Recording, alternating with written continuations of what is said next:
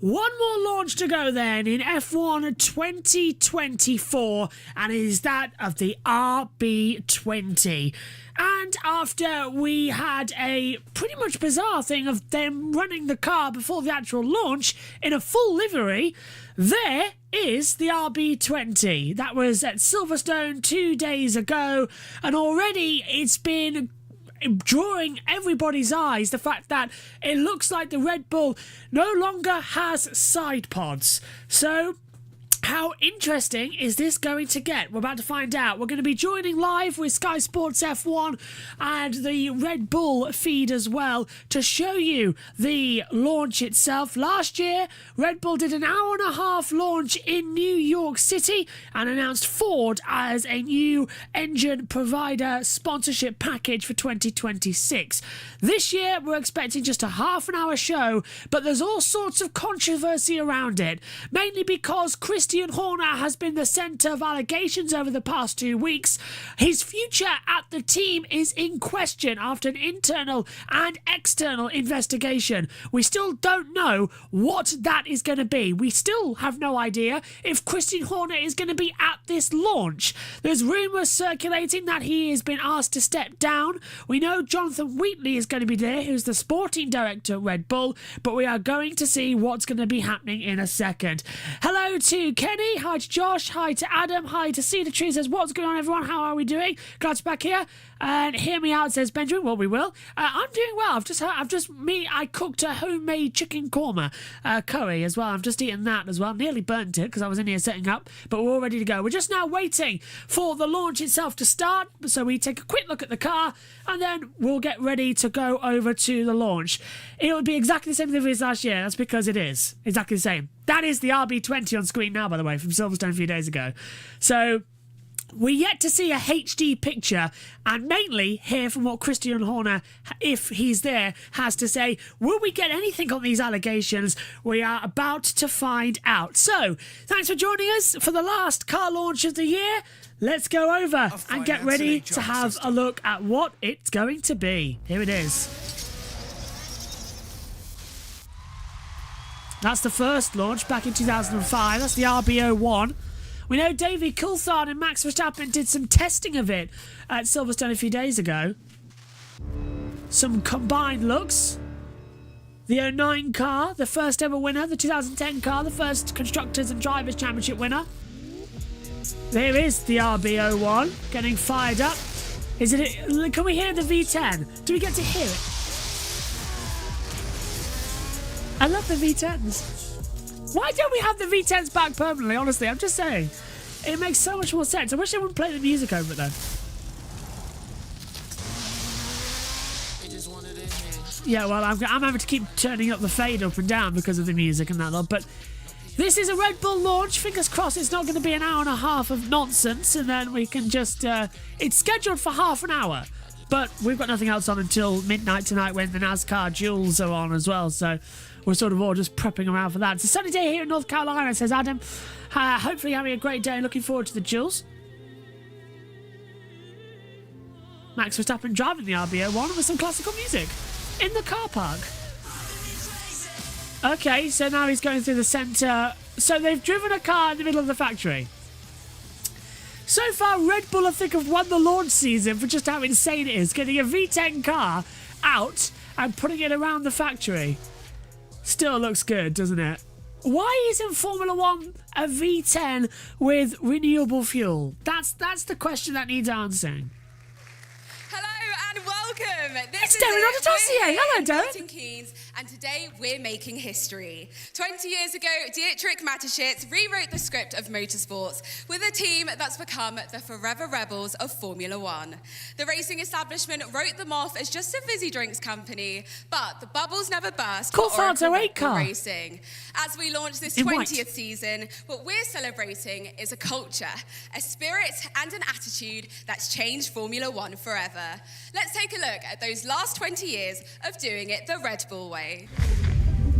Another victory lap for Just to let you know, Cedar Tree, every single Formula 1, 2, 3, Porsche Supercar F1 Academy, MotoGP 2, 3, E, Formula E, IndyCar, NASCAR, and the 24 hours of Daytona and Le Mans, we are live for it all. So every single time we're live. Every race we're live as well for Formula 1. So it's not just about Red Bull the car, it's Red Bull the team. And the RB-20, oh, that's the classics. So Williams there as well. Red Bull's been part of Formula 1 for decades, since the 80s, as a sponsorship. You know, I didn't want to let him down. How did I feel? Christian Walsh now. When I first joined Red Bull, huge change culturally. People saw Red Bull as a party team. 2005's they wanted to do things differently. Monaco Grand Prix there, when the lights went out. When something just feels 2006. Right. There was a natural chemistry from those very first interactions. You know, are they completely mad? Is it just parties, or are they serious? You know, who's this kid, Christian? 9. And take oh no, there's 8. risk. There's 6. Coulthard. What a raid. It's Alex Stunt. And then the third, and that was the first podium, you know, for the team. So it was a massive achievement. Right. So anyway, are you still watching that, David? That looks like Sebastian Vettel went right into the side of Mark Webber. How do you read that? Yeah, I think that Mark was holding position. As uncomfortable as it is to call that between those two guys. I remember commentating on that race in 2010 and just losing it. That was the last race I missed. Malaysia 2013. I went to Wembley instead to watch a football match and hated myself for it. Sebastian Vettel, you are the world. Abu Dhabi 2010 was something else, isn't it? We have to remember these days, there's no guarantee that they will last forever. Seb left, of course. Danny Rick. While you can. Yeah. Maxi. I need a drink.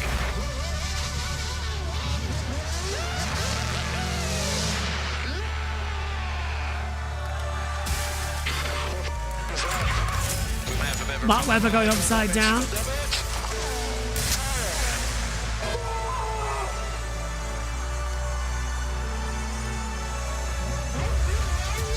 So far, this is the best launch. I must admit, this is the best one. Verstappen up the inside of Leclerc in 2020. No, 2019. And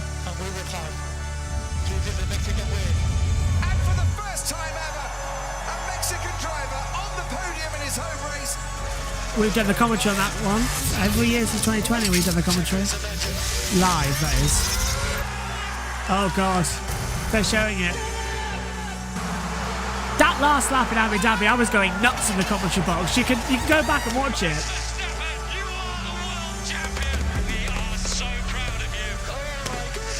The 2021 World Champion. 2022. Max, 23. absolutely mighty this year. You've led over 1,000 laps, 19 victories. That's history. You have just overtaken Ascari.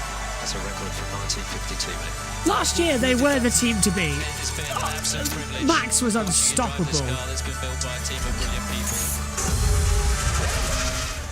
Oh, I heard a V10. Max Verstappen wins 19 Grand Prix in a single season. Literally ludicrous domination. You don't build a rocket ship of a car.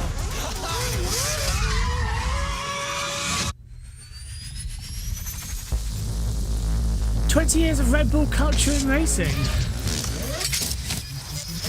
Forever Rebel.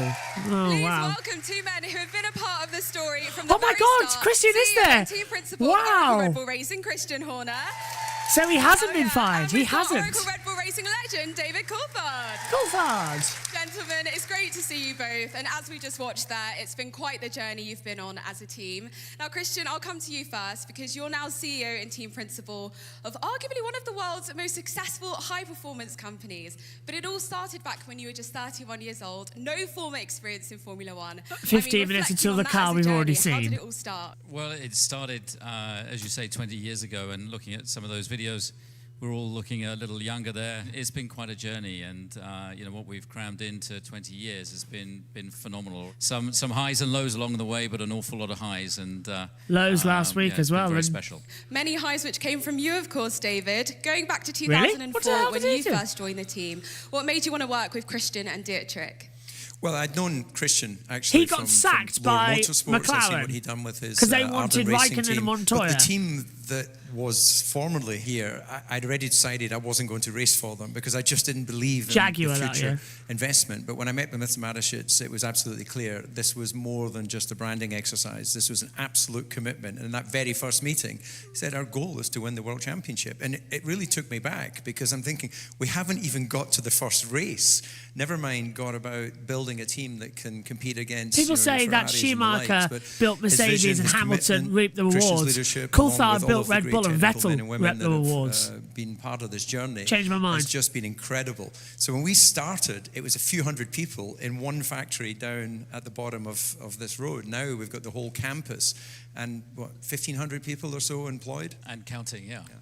Such an incredible journey. And of course, it was clear from the off that you guys meant business because in your first race, sorry Jaguar to throw you in here, but in the first race, they scored more points than Jaguar had in the entire previous season, just saying. And then shortly thereafter, of course, this happened. So talk us through that moment where you got your first podium with Red Bull. Yeah, well, Monaco's a circuit that I always went well, so I was Won confident it twice. that even though we were still a developing team, that there was an opportunity at a track like that to get a result. So I was convinced we were capable of making it certainly into some good point-scoring position. But a podium, of course, is a landmark for the team. Look, I mean, it was the first trophy, and it's very well, this isn't live, is it? In our cabinet. They've edited this. And you know, David was such an important part of the early part of Red Bull Racing, and again, here we are 20 years with him still associated and working with the brand. Yeah, and working on Formula One TV and Channel 4 was a bit biased, in my opinion. I think it was an important moment because, you know, that trophy represented, you know, what was to come, and it also represented that we were prepared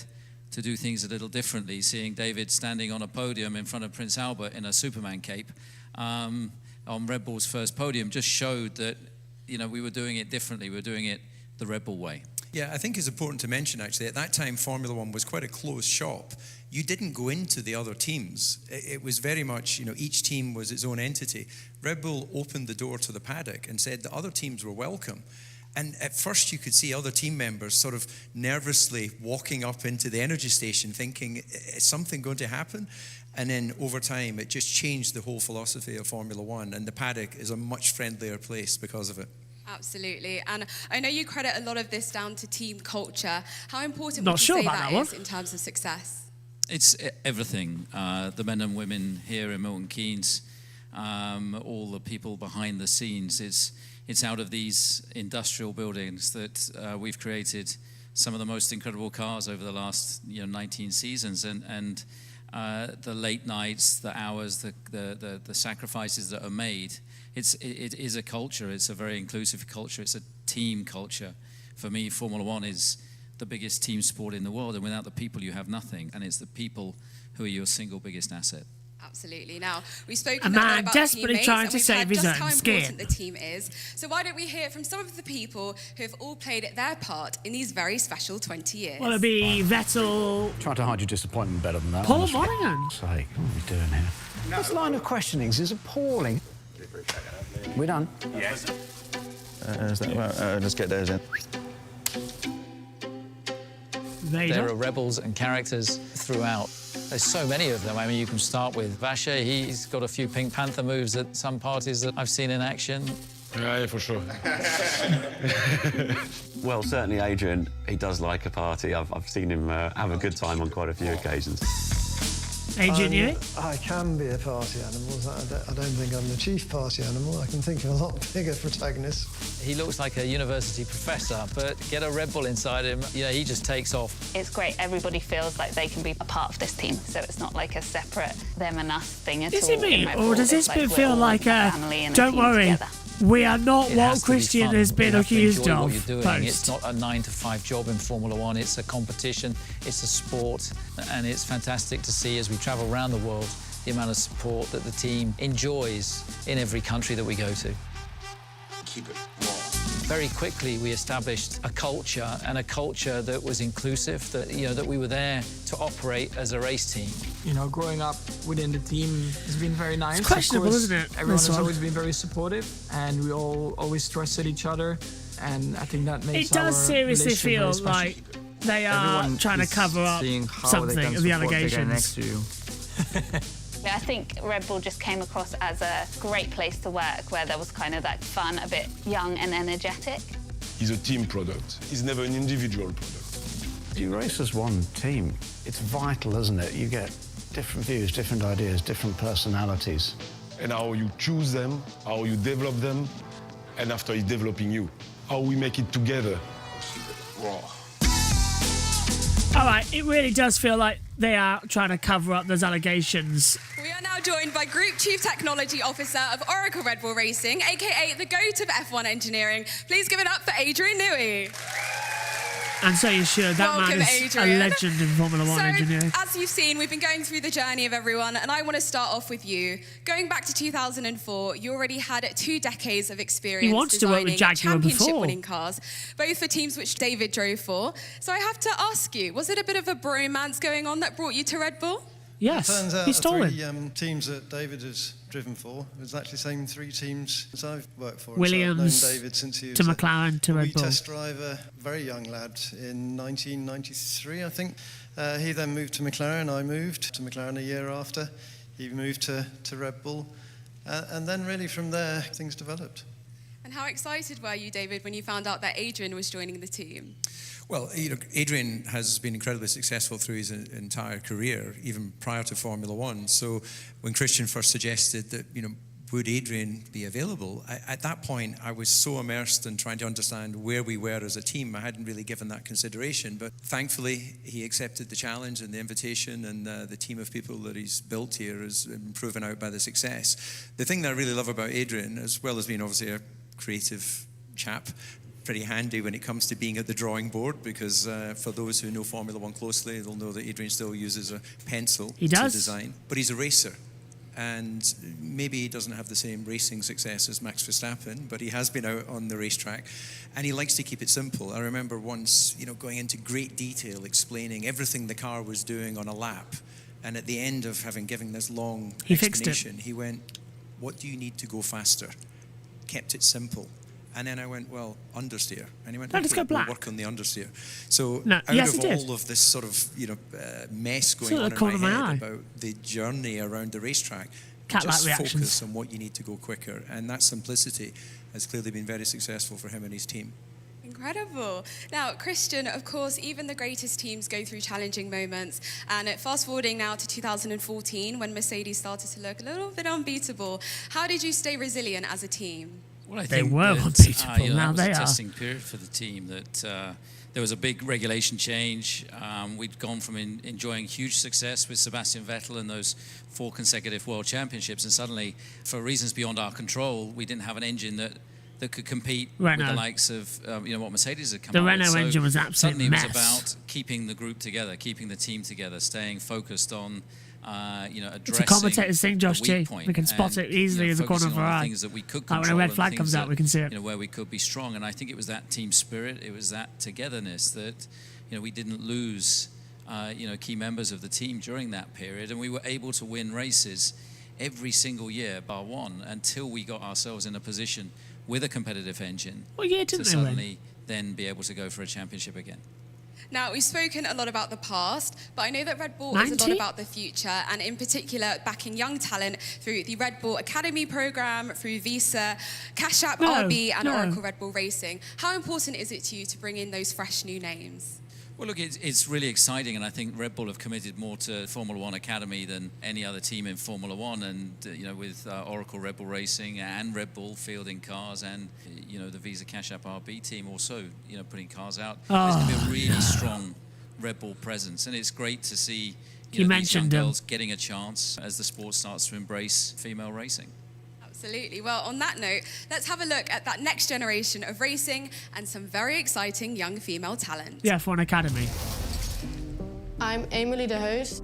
And I'm Hamda Al-Kubaisi, and I'm part of the Red Bull Academy program. A few years ago, I couldn't even think about being part of Red Bull. It was always a dream. F1 Academy is a big opportunity. Yeah, My it's 10 ambitions for teams, next season isn't it? is I want to win, I want to be champion, of course. I feel like Red Bull has done many amazing things, not just in motorsport. It's exciting to be part of it.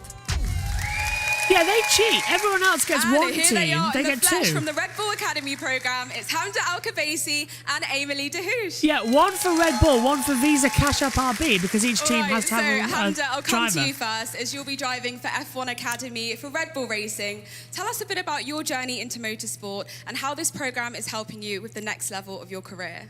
Yeah, I got into karting when I was 12 years old, and I fell in love with the sport immediately. And from there, we moved up the ladder into F4 and finally into F1 Academy last year. We ended the season very strong in the top 3. Christine off. And now I'm part of the Red Bull family and couldn't be more grateful about this opportunity. It's like every time they cut back from that camera, And Emily, it glitches. what does it mean to you to be a part of the Red Bull family, and what was your journey into motorsport like? Well, I started karting when I was 9 years old at the local karting track. And in 2021, I started to go in Formula cars. And last year I did F1 Academy and I won my first race in Barcelona. And this year I'm part of the Red Bull family and I'm really proud of that. Round 1, wasn't it? Absolutely, you should be. It's an incredible achievement that you've both done. So Christian, looking at this, seeing the amazing young talent, how special does it feel to know that Red Bull are offering these incredible opportunities? Well, it's a great initiative, and of course Red Bull have got a long history with the young driver program that obviously Helmut's done a great job of running and nurturing. But again, this is a new element, and with F1 Academy coming really on stream, supporting many Formula One races this year, it was the ideal time to step in and identify some young talent. Well, best of luck for this season. Thank you very much, Hamda and Emily. It was part of the requirement for F1 Academy. He was literally made to. So I'm now back with Christian Horner, Adrian Newey, Because and I've done a nice Technical Director glitch. Pierre Wache. Welcome. So now we What's are all getting that closer about? to that big reveal of the RB-20. But before we do that, let's just take a moment to reflect on Audio's the gone nuts. RB-19 because, I mean, it was a record-breaking car, such an incredible machine. So Adrian, it'd be great if you could take us back to the drawing board. The 19 really was very much an evolution of the RB-18 of 22. Last year's car really Yes, it was a failed surprise glitch in terms of its dominance, I have to say, because we went into that winter of 22-23 thinking, yeah, Mercedes won a race near the end in Brazil, Ferrari was still winning races. It was still very tight, and on our side we just concentrated on kind of improving some of the weaknesses of the 22 car. And to our complete shock, really, by half season it was becoming pretty evident that we had a march on By half season. on our competitors. And By Pierre, I know that Miami. you love that thrill of competition that we've just spoken about. Is that what helps you to constantly push to find an edge? Yes, for sure. But you know, this business of Formula One is the highest engineering competition in the world. But to have this success, you need to have all departments in our business to be competing with other teams. I'm having to do audio And management the competition myself. is at each level, and for sure, is making the motivation great. And Christian, what brief did you give these guys before they were designing? Well, look, that's not up to me, but the 23 car was really an update of the 22 car, and operationally, I think Max was insane the way that he drove last year. So to have achieved all of those records, 22 victories, 19 for Max, to have achieved first and second in the Drivers' Championship, It something we've scares never me done what they could before. do this year. 15 straight victories in a row, breaking McLaren's record from 1988. As the guys say, it's down to the people, and you need everybody in every department doing their bit Ferrari to achieve, ruined it in achieve those 88 kind as of well. They results. ruined it last was a year. magical year. What's the changes for this year's car? You have to keep pushing. We've made some improvements to the car in all areas, mechanical, vehicle dynamics and aerodynamics. Is that enough? Who knows? We shall have to see. watch this Oh, space. he's cheeky, And isn't Pierre, he? do you feel the same way? Yeah, we feel the same way. Just we try to identify where we can gain performance on the car. Try to also understand where our weakness for the driver, and after it's just an evolution of what we did in the previous year. Well, gentlemen, thank you so much. It's great to hear your insights. Interesting. And now we've made it to that moment that we've all been waiting for, the big reveal. See, not It's ready. your first sight of a car that's going to be making Nope. fresh Red Bull history. So get ready for this. It's time to meet the RB-20. We've yet to hear from Max and Checo. Anyone else noticed? So, here it is then, the brand new RB-20. V10 in the background. Oof.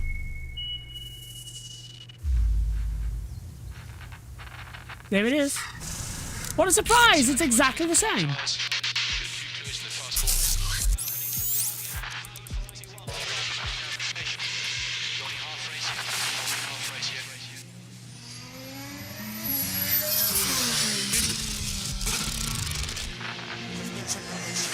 It's going to be exactly the same, but what is the earpod difference? That's what I want to see.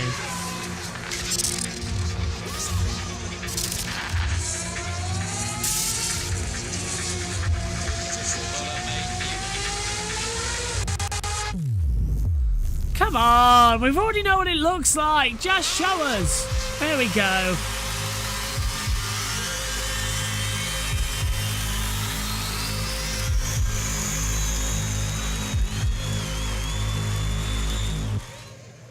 Oh my God, there's barely any AirPods. And here she is in the flesh. The RB-20, everyone. Joining us are the two drivers who will be behind the wheel of this beauty. Please welcome Look at the three-time and engine reigning world cover. champion Max Verstappen and Mexico's The engine Vice cover, look Minister at of that. Defense, Massive Checo bump on the Perez. halo. There's no side pod compared to last year. They've got Well, I the wanna come to Mercedes you route. Firstly, It's a slim congratulations on intake, this I believe. incredible car. Could you tell us a bit more about it? Please do. Yeah, I mean, it's you can see it's an evolution of. Oh my God, last there's only year's the car, tiniest but, air as our 20th intake. version. The guys haven't No. been, it's not conservative, and you can see they've been quite aggressive in certain areas. You can see all the men and women behind the scenes have been working very hard, and some of the detail on the car is That looks absolutely angry. exquisite. And Max, I'll come to you next. You had one of the most incredible, if not the most incredible season in Formula One last year. You broke your own record for the most race wins in a season and, of course, took your third World Championship title. How excited are you to be driving the RB-20? And are we confident that this is the car that will help you get your Does look fourth good, doesn't it, title? Google? I guess time will tell, but yeah, no, I'm excited. It's always very nice to see a new car come to life and how it's built up with all the people. What is around going on it, with the when the you rear do wing? your seat fit as well, and Look for how me at beefy the that moment is. it's more about just looking On forward the to Bahrain, get aero tested, get windows. comfortable with the car, understand what it needs, and yeah, just work from there. It's such a long season that we just try to hit the ground running as good as we can. Really try to understand the car, and then we'll see where we end up. And Checo, you had a brilliant season. You helped Red Bull secure their first 1-2. Tell us, what are your ambitions for 2024? Yeah, Make it to the end of the season. I'm just really happy to see. I've seen that the whole team has put together an incredible concept, and I think now we just want to hit the track, properly. But I believe that we've made some good steps in the right direction, so it should be another great season for the team. Absolutely. Well, we're all wishing you the very best of luck. Thank you very much, gentlemen. Christian, Checo, Max, another big round of applause to them. There is no intake on that front. Nothing on the. And of course, to everyone Aeropods. at Oracle Red Bull Racing, not just for today, but for everything that they've done over the last 20 years as the forever rebels of Formula One. Now, that's sadly all the time that we have for today. We're finishing off today with the past versus the future.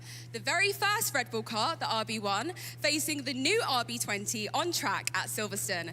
It's the first iconic Red Bull moment of the new season, and trust me, there'll be plenty more to come in 2024. Max won off the start. DC did not get a good launch. Don't really need to see this bit, do we? It was raining. I saw this happen. It's cool third in one. Yeah, it's this upgrade. Yeah. It's different. Yeah. Yep, it is a different car. It's a very, very different car. Points for its first ever Grand Prix. 2005. How old were you? 8 years old. this was state of the art, but they're basic now when you look at the modern Grand Prix car. Right, we've got the cars. Have a look. Here we go. It's lights out and away we go. See that running it. Bring back some memories. Yeah. I think it actually looks better than it did when we took it to the first race. I think we all do. David Coulthard, Christian Klein in the car. Changed it to Liuzzi during the season as well. From RB-1 to RB-20, all the best for the year ahead. That'll be a Channel 4 piece then at some point throughout the year, won't it? Well, there we go then. Let's get that off and let's take a look, because we're going to open up our favourite companion of the lot. It's Twitter. And we'll take a look at what they say. Oh, hello, Adam. Where is it? Here it is then. The Red Bull RB-20. Look at that already. No side pods. They've darkened that area. But my goodness, that is a slim car. I think there's only... Look. You can see where it tails off. I think there's only a tiny bit. They're not open. They've dimmed that image, but... They have been very clever. Oh, my word. Look at... That's it. That's the best one. Look at that. Tiny air intakes. Massive departure around the survival cell. That is a thin Formula 1 car. And look at the back. As I said to you, the massive, where it comes off the halo, the bump on it as well gives more room to the turbo and engine components as well. Beefy rear wing at the end plate. That is a very interesting car. I'm trying to get the mouse working a little bit so I don't have to do it. Here we go. That is fantastic. That's scary looking at actually as well. A little bit of carbon at the end of the front wing nose, but at least they've painted it. That's the launch version as well. I can't get over how skinny that car is. It looks like one long nose until it sort of grows out the back where the driver sits as well. That's going to be interesting to see on track in a couple of weeks' time. Well, in a couple of days' time, I should say. I want to see the Monza wing on it, I think. Are we going to see splash shields on the car finally? Yeah, could be. Look at that. Very interesting car. Right. That's it then, everybody. We have launched all 10 of the Formula 1 cars for 2024. All that happens now is we wait for 5 days, 11 hours exactly, until pre-season testing starts again. And that will be 3 days at the Bahrain International Circuit. We'll be live on Wednesday, Thursday and Friday for all of the action. Monday and Tuesday, you can join us as well for the MotoGP testing. But tonight, in 4 hours' time, you can join me and Matthew Owens on JB Motorsports and USON for coverage of the duels at Daytona as we set the grid for the 66th running of the NASCAR Daytona 500.